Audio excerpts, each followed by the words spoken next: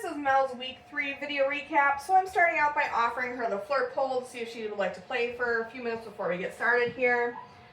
Sometimes when we bring the puppies into the training space, they know it's time to work, they know I have food, so she right now seems to be a little more interested in me and the food that I have. But again, I just want to offer this to her, see if she wants to play for a few minutes here.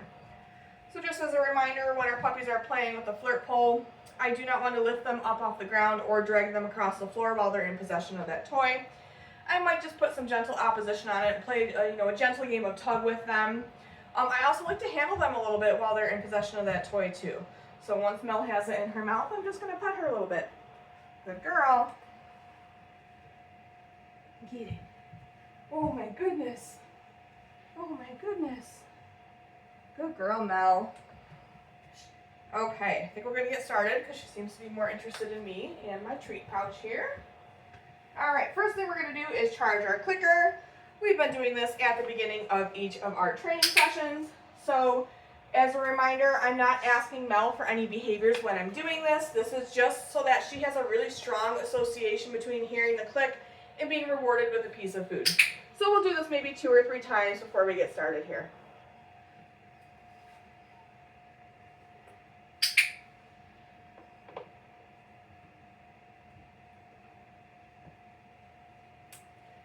Okay, from here we're going to move right into following a food lure.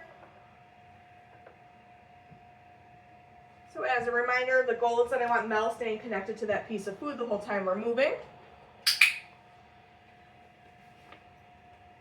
And we've been pairing this with her name as well to start to work on some good name recognition. Mel.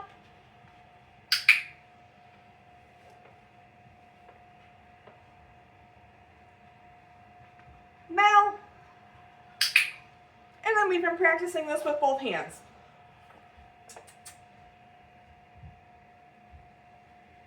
Mel.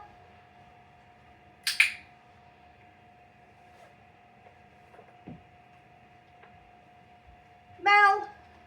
Good job. We've been working on introducing Mel to wearing a collar and a leash. So this week I'm going to get her following a food lure while she's wearing it, and then we might also practice some hand targets while she's wearing this as well. So I already have my collar attached to my leash. It's just one less thing I have to do once I get it on her. I'm going to show Mel a piece of food, and then while she's busy eating that off of the floor, that's when I'm going to get this collar on her. Good job. Okay. So now we're just going to repeat our following a food lure exercise. Mel.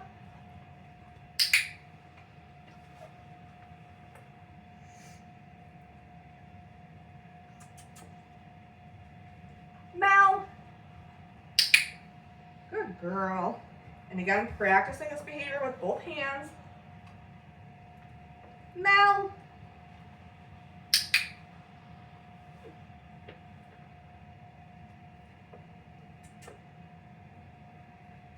Mel.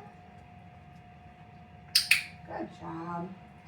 For our hand targets this week, our goal is to be able to put our hand out flat without any food in it, cue Mel to touch, and have her target the palm of her hand with her snout.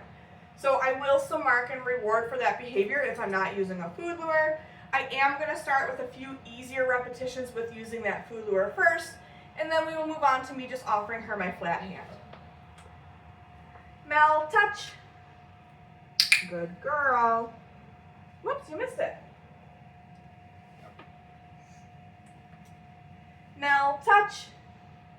Good puppy. Okay, we're going to try one without a food lure. Mel. Touch. Good girl. And then we're going to switch hands. Mel, touch. What a smart puppy. We'll try one more here. Mel, touch. Good girl.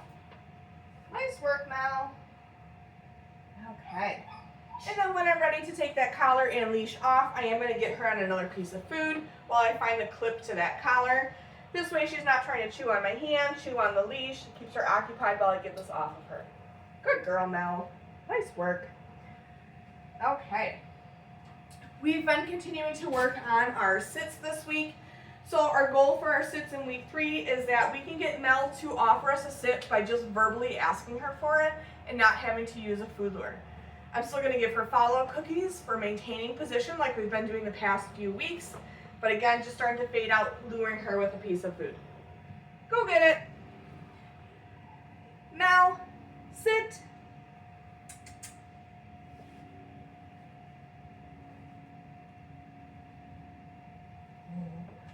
So I'm going to help her get back up into a sit position. There we go. Giving her some follow-up cookies. Okay, using that release cue to let her out of position. Oh my goodness. Go get it. Mel. Let's try this again here. Go get it. So I'm going to try one lure here since she keeps looking at the floor. Mel, sit. Much better.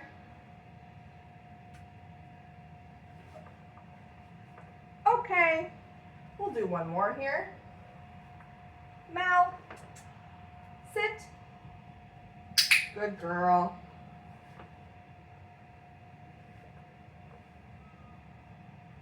Good job.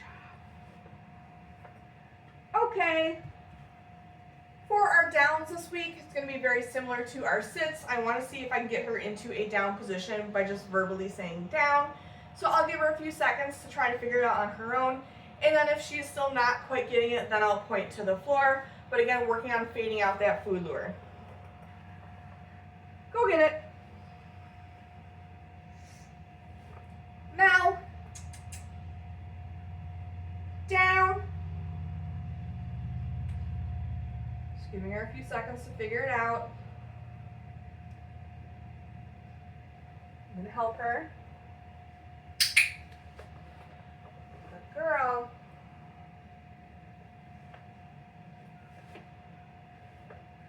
Okay, we'll do that again. Oh my goodness. Go get it. So I'm tossing a reset because she's offering me that behavior before I even get a chance to cue it. Mel, down. Good girl.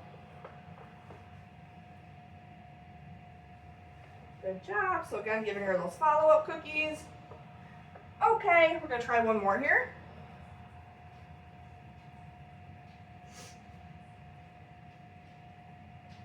Mel, down. Good girl. Nice work. Good job, Mel. Okay, good job. We've been continuing to work on our mat skill in week 3. So the goal for week 3 is that when I put the mat down and I cue Mel to go to her mat, that she settles into a down position. So the new thing for week 3 that we're adding to this is a little bit of distance, meaning I'm able to take a couple steps away from her while she maintains that down position on the mat.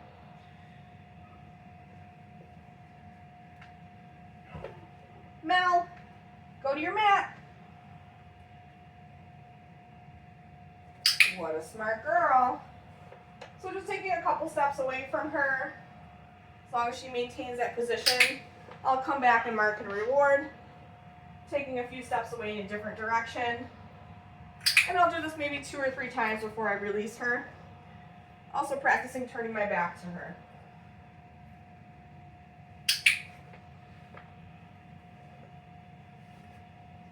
Using that release cue to let her off of the mat. Okay, and then we'll run through that again. Mel, go to your mat.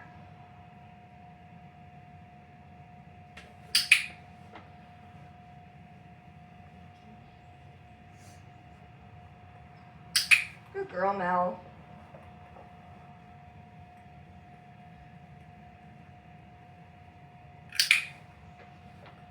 Good job. Okay, we're going to run through that one last time here. Mel, go to your mat. What a good girl. Smart puppy.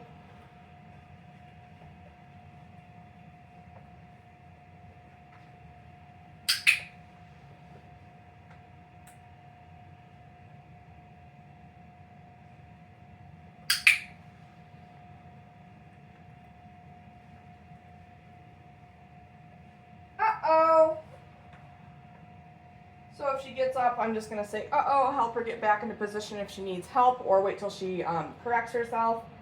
And then we'll continue on here. Good girl, Mel. Okay. Good job. All right. In week 3, we've been continuing to play our flying cookie game.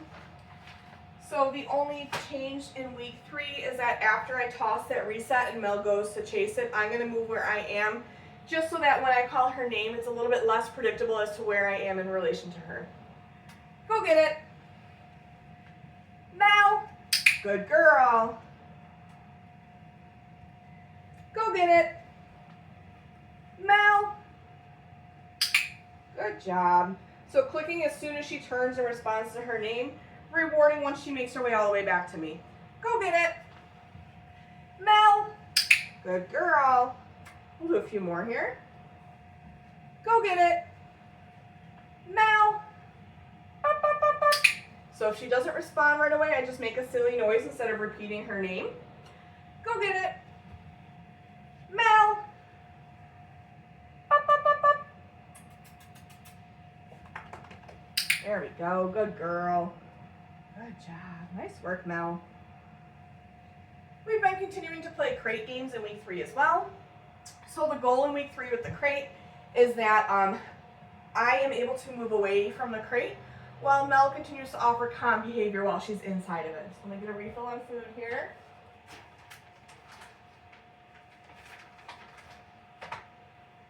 Okay, Mel.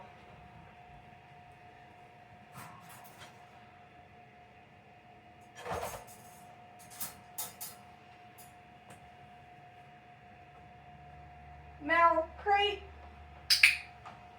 So clicking and rewarding for all 4 paws in. Clicking and rewarding again after I close the door. And then I'm just going to take a couple steps away, turn my back to her. I just want to see that she's going to offer me calm behavior when I move away. And as long as she stays calm, then I'll come back in and mark and reward. And then I'm going to walk away in a different direction.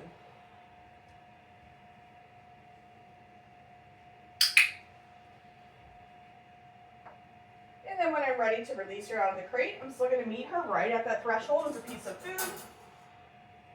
Okay. Use that okay cue to let her out of the crate. Mel, crate. Good girl. So clicking and rewarding for all 4 paws in. Clicking and rewarding after I close the door, and then taking some steps away.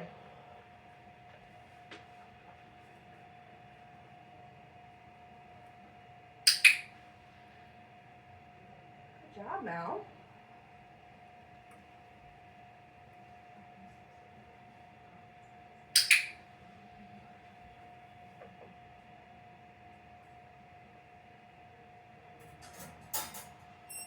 Okay, we'll run through that one last time here.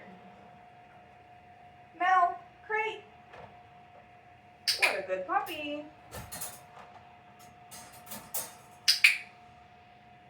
Whoops.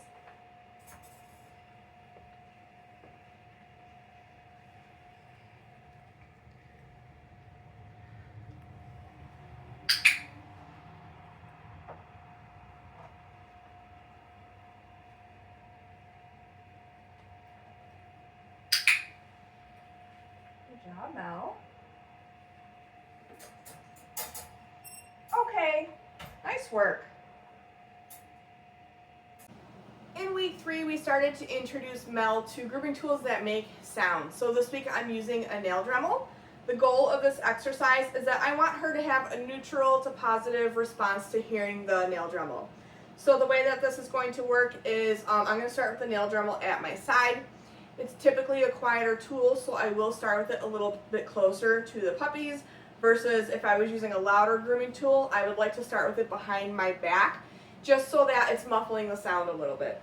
So when the Dremel turns on, the food will start. I will drop food 1 piece at a time on the floor. When the Dremel shuts off, the food will stop. I'll toss a reset cookie to send Mel away. And then when she makes her way back to me, we'll run through that process again. And the idea is that each repetition, I want to get a little bit closer to her with the nail Dremel. So let me get some food out here. Okay, so I have my nail Dremel. Dremel turns on, food starts. Dremel shuts off, food stops. Whoa, what's that? Go get it. Tossing her a reset cookie. We'll run through that again. So this time my nail Dremel is going to be a little bit closer to her. Okay, Dremel shuts off, food stops. Go get it. Tossing her that reset cookie. And then on this last repetition, I'm going to put the Dremel on the floor even a little bit closer to her. So she can certainly be interested in the sound of the Dremel, so like if she goes to sniff it, that's fine. But I just don't want her to be like overly concerned about it. Good job, Mel. Go get it. We've been continuing to work on our body handling this week as well. So for our restraint holds this week, we're adding a second hand into the mix. So one hand or arm is going to go underneath her belly, and then the other one's going to go around her neck. I'm just pausing for a brief moment. We aren't really working on duration right now. We just want to make sure that she's comfortable having both of those arms around her belly and her neck. So one hand's going to go under the belly, and then the other hand's just going to quickly go around her neck. Yes, good girl. We'll do that again. Oh my goodness, Mel. Yes, good puppy. We've been continuing to handle her tail in preparation for having her temperature taken. So for this, I'm just gently lifting her tail, adding some light pressure, holding it there for a moment. Yes, marking and rewarding with that yes. We'll do this again.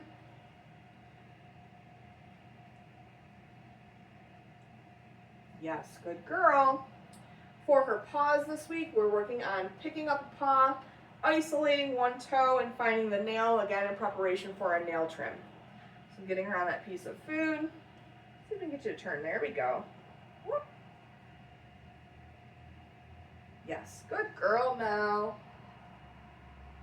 We'll try a hind leg here. Yes, good girl. Nice work, Mel. We'll do her other front paw. Yes, good puppy. And then we'll get this last back leg here. Yes, good girl. We've been continuing to handle her face as well, so her eyes, her ears, and her mouth. For her ears, I just want to flip them back and take a good look inside. Yes, good girl. Yes, nice job, Mel. For her eyes, I'm just gently lifting her eyelids so I can get a good look at each eye. Yes, good girl. We turn you so they can see a little bit better. Yes, good job, Mel. And then for her mouth, I'm just lifting up her lips on either side so I can get a good look at her gums. Yes, good puppy. We'll get the other side here. Yes, good girl. That is it for Mel's week 3 video recap. Make sure that you're looking at your video library as well as your handouts. Those will give you much more detailed information on all the skills we've been working on with Mel in week 3. Good job.